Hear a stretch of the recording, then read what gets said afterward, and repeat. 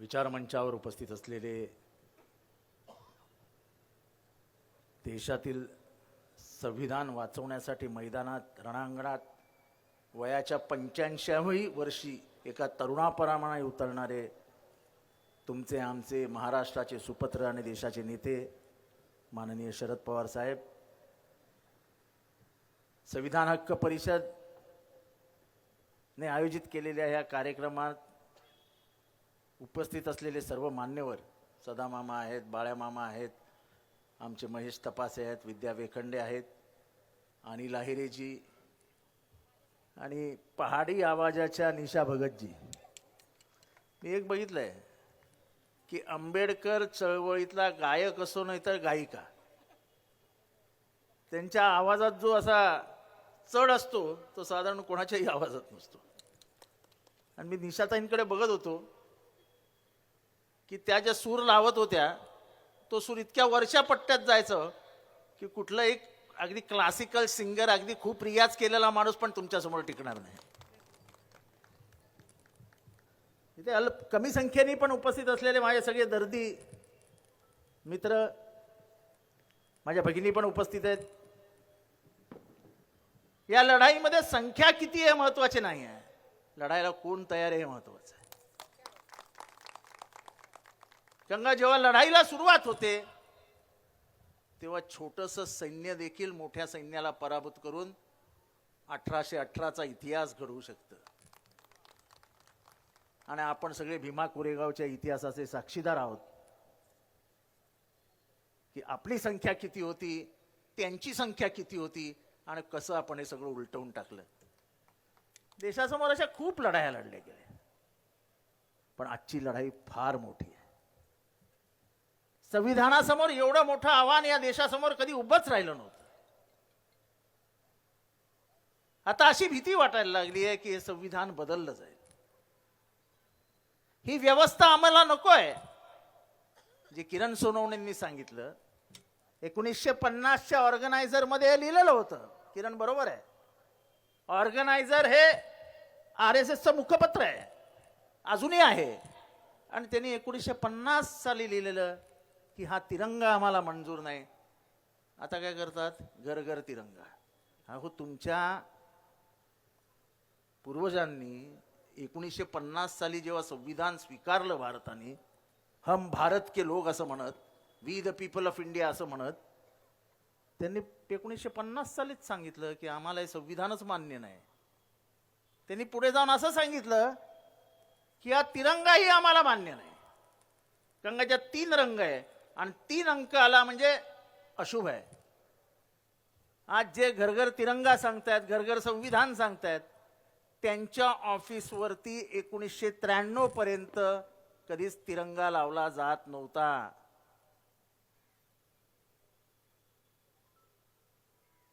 सव्वीस जानेवारी 1950 साली मिळालेलं संविधान आणि त्याच्यानंतर जाहीर झालेलं गणतंत्र, या दिवशी त्यांच्या ऑफिसवरती कधीच तिरंगा फडकायचा नाही. आता का बरं त्यांना एवढं प्रेम उमाळा आलाय? ते भारताला फसवतायत. तुमच्या लक्षातही आले नसेल, युनिव्हर्सिटी ग्रँट कमिशननी मागच्या आठवड्यात एक नोटिफिकेशन काढलंय आणि त्या नोटिफिकेशन मध्ये प्राध्यापकांमधल्या शेड्यूल कास्ट, शेड्यूल ट्राईब आणि ओबीसीच्या सगळ्या जागा रद्द करायचा निर्णय घेतलाय. म्हणजे UGC मधनं त्यांना आरक्षण रद्द करायचंय. ही पहिली स्टेप आहे. आरक्षण हे काही बाबासाहेबांनी आणलं ते आर्थिक बळकटी देण्यासाठी आणलेलं नाहीये. समाजाच्या मुख्य प्रवाहातनं बाहेर फेकलेल्या समाजाला मुख्य प्रवाहात आणलं पाहिजे, लंगड्याला आधार दिला पाहिजे, या भावनेतनं बाबासाहेब आंबेडकरांनी हे संविधान आणलं. लोक आक्षेप घेतात की तुम्ही असं कसं काय म्हणता होतं की बाबासाहेबच संविधानाचे जन्मदाते. ड्राफ्टिंग कमिटीमध्ये 7 सदस्य होते, 7. पहिल्या 3 महिन्यातच कोणी येईन असं झालं. आणि जगातलं पहिलं हस्तलिखित स्वतःच्या हाताने लिहिलेलं संविधान हे डॉक्टर बाबासाहेब आंबेडकरांनी या देशाला दिलं. ते त्यांनी एकट्यानेच लिहिलं होतं. त्यांनी सगळ्या जगाचा इतिहास वाचला. सगळ्या देशातल्या घटना वाचल्या आणि मुख्य म्हणजे सगळ्या जगाची धार्मिक पुस्तकं वाचली आणि त्यामुळेच आपलं संविधान भारताला एक ठेवू शकतं, कारण का भारतातली विविधता त्या संविधानात सामील केली गेली आहे. मी नेहमी माझ्या महिला भगिनींना सांगतो की तुम्ही मतदान करायला शिका. मतदानाचा दिवस हा म्हणजे तुमच्या हातात मिळालेली तलवार आहे. हे राज्य कोणी चालवावं हे ठरवण्याचा अधिकार बाबासाहेबांनी तुमच्या हातात दिलाय. आणि मी महिलांना का सांगतो तर इंग्लंड ज्याला मदर ऑफ डेमोक्रेसी म्हणून ओळखलं जातं, तिथे महिलांना मतदानाचा अधिकार द्यायला 350 वर्ष लागली. अमेरिकेतही तेवढीच वर्ष लागली. पण भारतातल्या महिला किती भाग्यवान आहेत की ज्या दिवशी पुरुषांना मतदानाचा अधिकार मिळाला त्याच दिवशी माझ्या बापाने आपल्या सगळ्या मुलाबाळांना, मुलींना, भगिनींना मतदानाचा अधिकार देऊन टाकला. फक्त त्यांनी एवढंच सांगितलेलं, आपली मतं विकू नका. त्यांनी हेही सांगितलं होतं की हे जगातलं सर्वोत्तम संविधान आहे, पण हे नको त्या माणसांच्या हातात गेलं तर मग या संविधानाचं काय होईल हे मला सांगता येत नाही. हे संविधान नको त्या माणसाच्या हातात कसं जातं? जर आपण मतदान व्यवस्थित केलं तर 31% मतदान मिळवणारे भाजप हे सत्तेवर येतील काय? मतदानाची अंबरनाथली टक्केवारी काय आहे? 51%. 51. याचा अर्थ 49% माणसं झोपेत असतात आणि तुम्हीच भारताचा घात करता. आज भारताची लोकशाही धोक्यात आली आहे. ज्या पद्धतीने लोकसभेमधली भाषणं होत आहेत, कुठल्याही चर्चा होत नाही, एक दुसऱ्यांवर नाही, एकच माणूस सगळ्यांवर आरोप करत असतो, दुसऱ्याला बोलण्याची संधी देत नाही. समाजामध्ये भांडणं लावण्यात येत आहेत. हा सर्वोच्च न्यायालयाच्या पर्डीवाला नावाच्या न्यायाधीशाने द्वेषपूर्ण भाषणाला कुठलाही पुरावा लागत नाही, पोलिसांच्या लक्षात आलं तो पोलिसांनी त्वरित गुन्हा नोंदवावा असं लिहून ठेवलंय, म्हणजे जजमेंट दिलेलं आहे. परवा टी राजा मीरा भाईंदर मध्ये आला होता. टी राजा म्हणजे आंध्र प्रदेशचा आमदार आहे. काय वाटेल ते बोलून गेला आणि निघूनही गेला. महाराष्ट्रातले 2-3 आमदार आहेत, ते असे शिव्या घालत असतात. पोलिसांना कुठलंही सोयरसूतक नाही, हा पोलिसांचा दोष नाही. जेव्हा राज्य सरकार पोलिसांमध्ये हस्तक्षेप करायला लागतं, पोलिसी कारभारामध्ये हस्तक्षेप करायला लागतं, जेव्हा सिनियरला फोन येतात, याला सोड रे, साहेबांचा निरोप आहे. हे साहेब किती झाले त्या महाराष्ट्रात हेच कळत नाही. कारण प्रत्येक पीएला साहेब म्हणावं लागतं. सिनियरने कबूल करावं कल्याणमध्ये काय चालू आहे, आणि वेगळं काय सांगावं जे बिहारमध्ये घडलं नाही ते महाराष्ट्रात घडलं. म्हणजे भारताच्या इतिहासामध्ये आपण बिहारला नावं ठेवतो, पूर्वी नावं ठेवत असू, आता नावं ठेवण्याचा अधिकार पण राहिला नाही.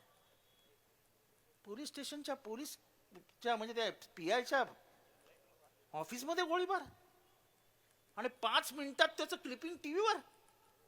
म्हणजे हे तर अजबच आहे की जे क्लिपिंग कॉन्फिडेन्शियल ठेवायला पाहिजे होतं ते क्लिपिंग बाहेर गेलं कसं? हे कारभार कोणाच्या हातात आहे? ज्याला पोलीस स्टेट म्हणतात त्या पोलीस स्टेटची निर्मिती होते. माझा पोलिसांबद्दल कुठलाही हस्तक्षेप नाही, माझा पोलिसांच्या बद्दल कुठलंही वेगळं मत नाही, पण पोलीस बिचारे हतबल झालेत. विरोधकांना दाबण्याचं काम याच पोलिसांच्या मार्फत केलं जातं. हे बागडे नावाचा पीआय होता अंबरनाथ इथे कल्याणला, मानपाड्याला, त्याची बदली होण्यासाठी म्हणून बीजेपी आणि शिवसेनेमध्ये ढिशुम ढिशुम ढिशुम सुरू झालं. त्याची बदली झाली का? त्याला मिळालं ते चांगलंच पोलीस स्टेशन मिळालं. म्हणजे सत्ताधाऱ्यांमध्ये चाललेला वाद जो विकोपाला गेलाय ते कशाचं लक्षण आहे? म्हणजे आम्ही सत्तेसाठी वाटेल ते करू एवढंच त्यांना सांगायचं. ज्या पद्धतीने शिवसेना तोडण्यात आली, ज्या पद्धतीने आमचा पक्ष तोडण्यात आला, खरं तर आमचा पक्ष तोडणं हे मी बाकीच्या कोणालाच दोष देत नाही, मी आमच्याच लोकांना दोष देतो. की ह्या बापाने आमच्या रक्त आटवून सगळे ऑपरेशन सहन करत आपल्याला झालेल्या सगळ्या दुखापतीनंतर देखील महिनाभर दौरा काढून या सगळ्या नालायकांना निवडून आणलं. एकेकाला 5-5 वेळा मंत्रिपद दिलं, काही जणांना उपेक्षित ठेवलं, पण ह्यांना विश्वासात घेतल्याशिवाय कधीही काहीही केलं नाही. एवढा लोकशाही मानणारा हा नेता असताना तुम्ही निवडणूक आयोगामध्ये जाऊन सांगता की हुकुमशाह हे सगळं आपल्या मर्जीप्रमाणे करतात. कुठलाही सर्वसामान्य कार्यकर्ता राष्ट्रवादीचा हे सांगू शकतो की मी शरद पवारांना भेटू शकलो नाही. सकाळी 8 वाजता जा ना कोणीही बंगल्यावर, चिठ्ठी दिसली की आज बोलवतात, चिठ्ठी दिसली की आज बोलवतात. आणि हे जे एकंदर राजकारण सुरू आहे, पक्ष तोडण्याचं, पक्ष मोडून स्वतःच्या पक्षात सामील करून घेण्याचं, पक्ष मोडून सरकार बनवण्याचं, हेच संविधानाचा घात करणार आहेत. गोव्याचं सरकार असंच केलं, मध्य प्रदेशचं सरकार असंच घालवलं, कर्नाटकामध्ये हेच झालं आणि महाराष्ट्रामध्ये हेच होतंय. आज बातम्या येत आहेत काँग्रेस फुटल्याचा. मी काँग्रेस हा पक्ष मानतच नाही. साहेबांच्या आणि माझ्या मनातला विचार एकच आहे की काँग्रेस ही खरी ह्या राष्ट्राची विचारधारा आहे, जी गांधीजींनी दिली, जी नेहरूंनी दिली, ती विचारधारा या देशाला एक ठेवू शकते. आणि त्याला संविधानामध्ये बंद कोणी केलं तर ते बाबासाहेब आंबेडकरांनी केलं.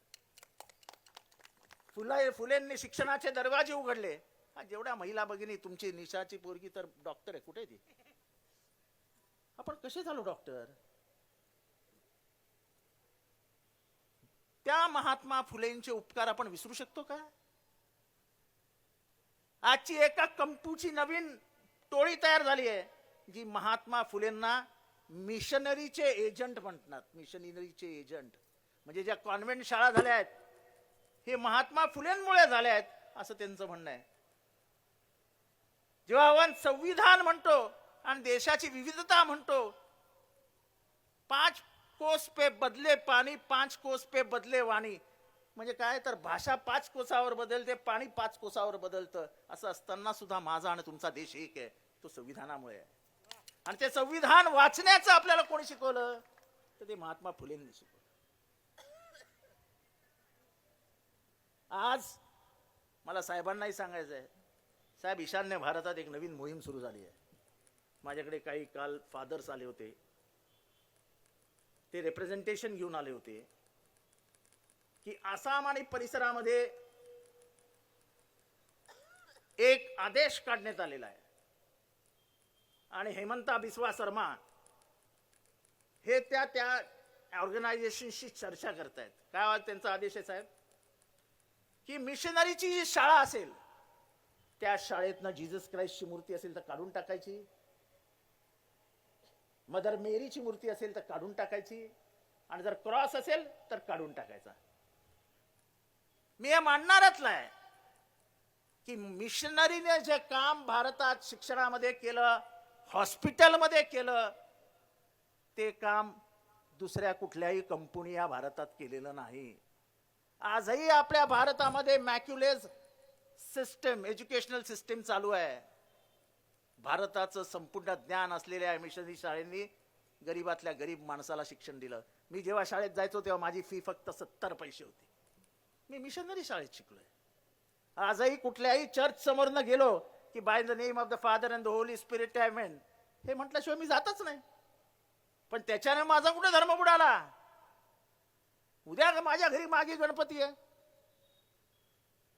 मला संविधानाने जो अधिकार दिलाय ते संविधानाचे सगळे अधिकार मी पाळण्यास कटिबद्ध आहे.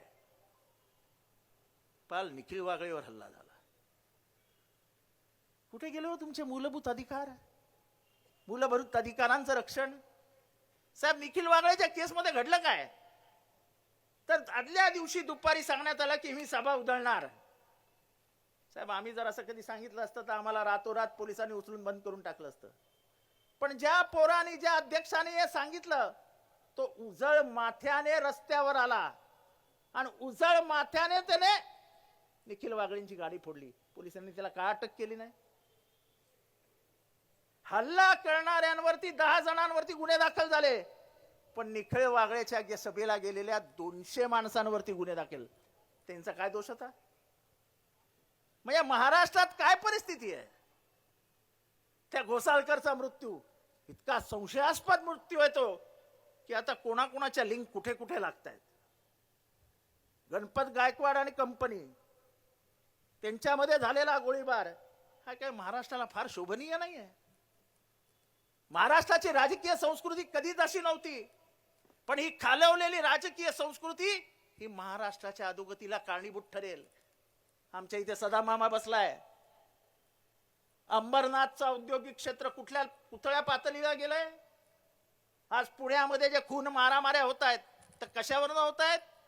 फक्त आणि फक्त लेबर कॉन्ट्रॅक्टवरनं होतात आणि स्क्रॅप मटेरियलच्या विक्रीवरनं होत आहेत. कोणाच्या माध्यमातनं स्क्रॅप मिळेल, कोणाच्या माध्यमातनं आपल्याला लेबर कॉन्ट्रॅक्ट मिळेल, त्या नेत्याच्या मागे लाईन लावून सगळे गुंड उभे आहेत. मी कोणाचंही नाव घेत नाही, पण जे पुण्याचे अनभिक्षित सम्राट समजतात स्वतःला, त्यांचा हात या सगळ्या स्क्रॅप आणि सगळ्या लेबर कॉन्ट्रॅक्ट मागे. आणि हे मी पुराव्यासकट दाखवून देऊ शकतो.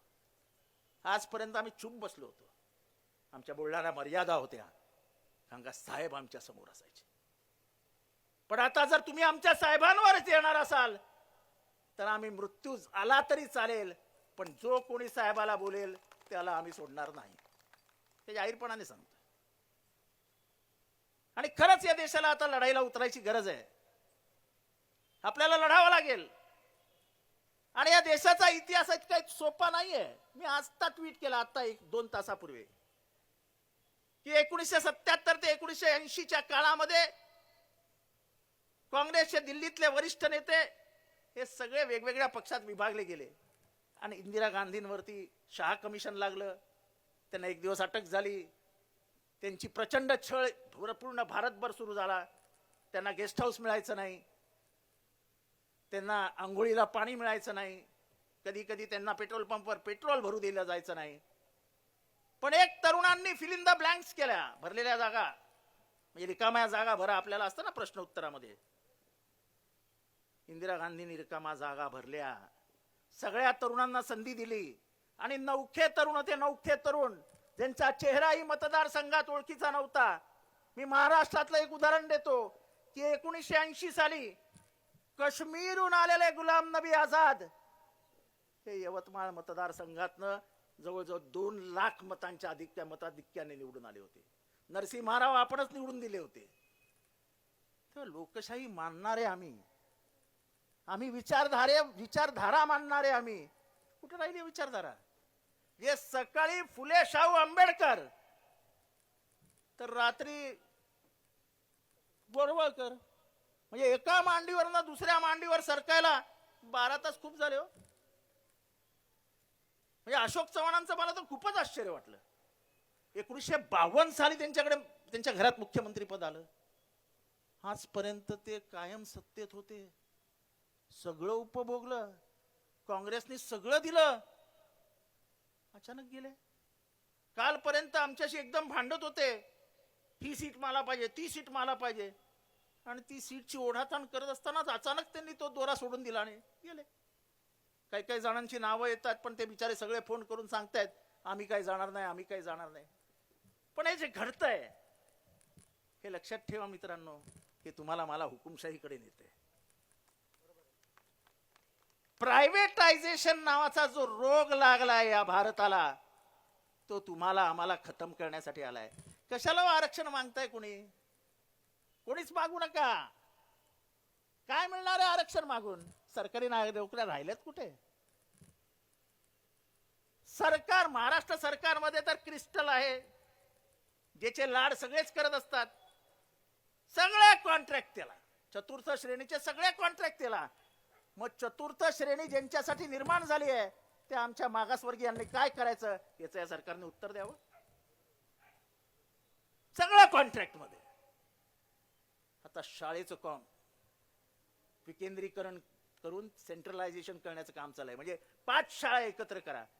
अरे आधीच गावावरनं 5 किलोमीटर चालावं लागतं, तेव्हा कुठे पोरग शाळेत पोचतं. तिथेही शिक्षक नसतात. आणि आता म्हणे या शाळांचं आम्ही खासगीकरण करणार. एक नवीन पिढी तयार होईल, एक नवीन वर्गीकरण तयार होईल अशिक्षित आणि शिक्षित लोकांचं. आणि शिक्षण हे फक्त श्रीमंतांपुरतं मर्यादित असेल, गरिबांची पोरं ह्यापुढे शिकणारच नाहीत. तुम्ही कल्याणमध्ये आहात, कल्याण अंबरनाथ मध्ये चांगल्या मिशनरी शाळा आहेत. काय फी आहे आता सध्या शाळांची? 2,000 3,000 परवडेल का हो आपल्या एखाद्या मागासवर्गीयाच्या घराच्या पोराला? ज्याची आई घरकाम करते, ज्याचा बाप म्युन्सिपाल्टीमध्ये झाडू काम करतो, त्याला परवडेल शाळेत जायला? म्हणजे 2-3 हजार वर्षापूर्वी जो मनुवाद्यांनी डाव टाकला होता की यांना शिक्षणापासून वंचित करा म्हणजे आपली पोरं पुढे जातील, हा मागणं हा डाव टाकतायत की आपली पोरं ह्याच्यातनं बादच करा. बाबासाहेबांनी अतिशय बुद्धी वापरून आरक्षण आणलं होतं. आणि आपल्या भारतामध्ये कसं असं वाटतं त्यांना आरक्षण फक्त भारतात आहे. भारतात नाही, तुम्ही जगाच्या पाठीवर कुठेही जा, त्याला वेगवेगळ्या नावाने ओळखलं जातं, पण एक कॉमन नाव हे त्याला अफर्मेटिव्ह ऍक्शन म्हणतात. तुम्ही साऊथ आफ्रिकेत जा, तुम्ही अमेरिकेत जा, तुम्ही फ्रान्स मध्ये जा, तुम्ही लंडन मध्ये जा, सगळीकडे आरक्षण आहे. फक्त बोंबाबोंब आपल्या इथे होते, कारण का बोंबाबोंब करण्याचा जो मार्ग आहे, जो लोकांपर्यंत पोहोचतो, त्या मार्गाचे मालकच सगळे मनुवादी आहेत. मनुवाद्यांच्या बाजूनी तरी आहेत, नाही तर मनुवाद्यांच्या खिशात तरी आहेत. त्यामुळे ही लढाई इतकी सोपी नाही आहे. या लढाईत तुम्हाला आम्हाला जाती वर्ग विसरून एकत्र यावं लागेल. हे ओबीसींनी कधीच विसरू नये की तुम्हाला मिळत असलेलं आरक्षण हे 341व्या कलमानुसार बाबासाहेबांनी दिलेलं आरक्षण आहे. ते भले द्यायला उशीर झाला, पण तुम्हाला मिळत नव्हतं म्हणून आपल्या राजीनाम्यामध्ये लिहून ठेवलं की मी माझ्या जातीला देऊ शकलो, मी माझ्या ओबीसींना देऊ शकलो नाही. कारण का सर्वात मागास जर कोणी असेल, सर्वात जर वंचित कोणी असेल, तो इतर मागासवर्गीय आहे. जो आज मी सांगतो, आपल्याला आता क्षुद्र म्हणून घ्यायला सुद्धा लाज वाटते. मुख्य प्रवाहामध्ये तुम्ही इतर मागासवर्गीय म्हणून गेलात तरी तुमचं क्षुद्र हा मारलेला स्टॅम्प तुमच्यावरनं निघणार नाही. एक अति क्षुद्र आहे आणि तुम्ही क्षुद्र आहात. बिहारमध्ये उघड बोलतात पिछडावर अति पिछडा, महाराष्ट्रामध्ये सौम्य शब्द वापरतात. नाही, तो मागासवर्गीय आहे, हा इतर मागासवर्गीय. इतर मागासवर्गीय म्हणजे काही वेगळा नाही. ज्या चळवळीतनं आपण आलोय, 5,000 वर्ष जे भोगलंय तुमच्या आणि माझ्या मायबापाने, ते इतरांपेक्षा वेगळं नव्हतं. का बरं 14 तळ्याचं आंदोलन झालं? पाणी पिऊ देत नव्हते. का बरं काळाराम मंदिराचं आंदोलन झालं? मंदिरात जाऊ देत नव्हते.